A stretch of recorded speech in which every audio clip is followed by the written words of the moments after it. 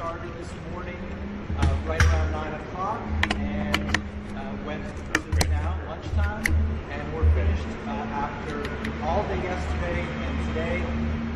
Ghislaine answered every single question asked of her over the last day and a half. She answered those questions honestly, truthfully, to the best of her ability. She never invoked a privilege. She never refused to answer a question. So we're very proud of her. We're proud of how the process has worked over the past day and a half. I will say this, she has been treated unfairly for the past 5 years. She didn't get a fair trial. We're still appealing to the Supreme Court. We're going to be filing a reply in the Supreme Court on her cert petition on Monday. Remember, people have questioned her honesty, which I think is just wrong. Remember, a juror lied to get onto the jury, admitted to lying to get onto her jury. She did not get a fair trial. No prosecutor even mentioned her until Epstein died. So we feel that the process for Ghislaine has been unfair. She was denied bail. She was treated worse than an animal would be treated in jail when she was first held, woken up every 15 minutes. So we're just trying to get through the process where we are now and get her some relief. So that's where we are today.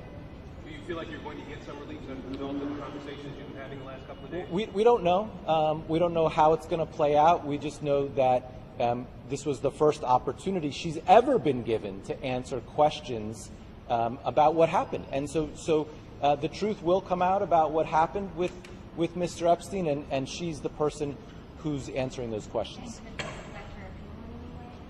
We don't think this will affect her appeal. We're appealing on a very important ground, which is the government at the time promised her that, promised Jeffrey Epstein that any potential co-conspirators would not be prosecuted.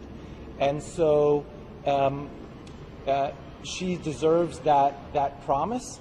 And I'm surprised. I don't think President Trump knows that the Justice Department took the position that that promise should not be upheld. President Trump is the ultimate deal maker. He knows that a promise made on behalf of the government should bind the government. And so we're hoping the Supreme Court agrees with us that when the U.S. Attorney's Office in the Southern District of Florida promised that no potential co-conspirators would be prosecuted, that bound the Southern District of New York as well. Are you hoping for a new deal here? I'm sorry? What was the focus of the question? They asked about every possible thing you could imagine. Everything. Are you Everything was hoping on for the a new deal as a result of this? I'm sorry? Are you hoping for a deal as a result of this meeting? We're not going to comment on what we're hoping for. We just today and yesterday answered questions. So she hasn't been offered? Maybe about 100 different people. She answered questions about everybody, and she didn't hold anything back. But Was there isn't any new the information that came out from this interview that wasn't discussed during the trial? Or? Oh, the trial. There was so little discussed at the trial. A lot of people have said, well, why didn't she testify at trial? The case wasn't proven at trial. She has a Fifth Amendment right. Very different situation. I was surprised to hear folks that know better saying she should have testified at trial. That's silly. When the government doesn't prove their case, you don't testify. And so she didn't testify at trial, but it's a different situation. With the president even invoking the word pardon today, does she have an incentive to just tell the Deputy Attorney General what he wants to hear? No, because she wants to tell the truth, because the truth can be corroborated or disproven. If she lies, they could charge her with lying. They did charge her with perjury. That was dropped. They did charge her with that. That was dropped. And it's interesting, right? Because the Southern District of New York had a very specific view of the case and charged her in a way that we believe was disproven and wrong. And that's what one of our goals is now, is to try to show how they got it wrong.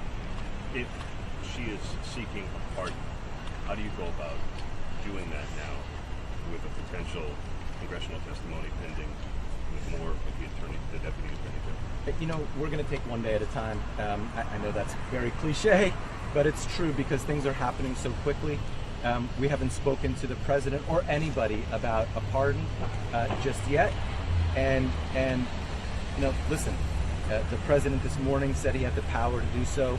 We hope he exercises that power in the right and just way. Thank you.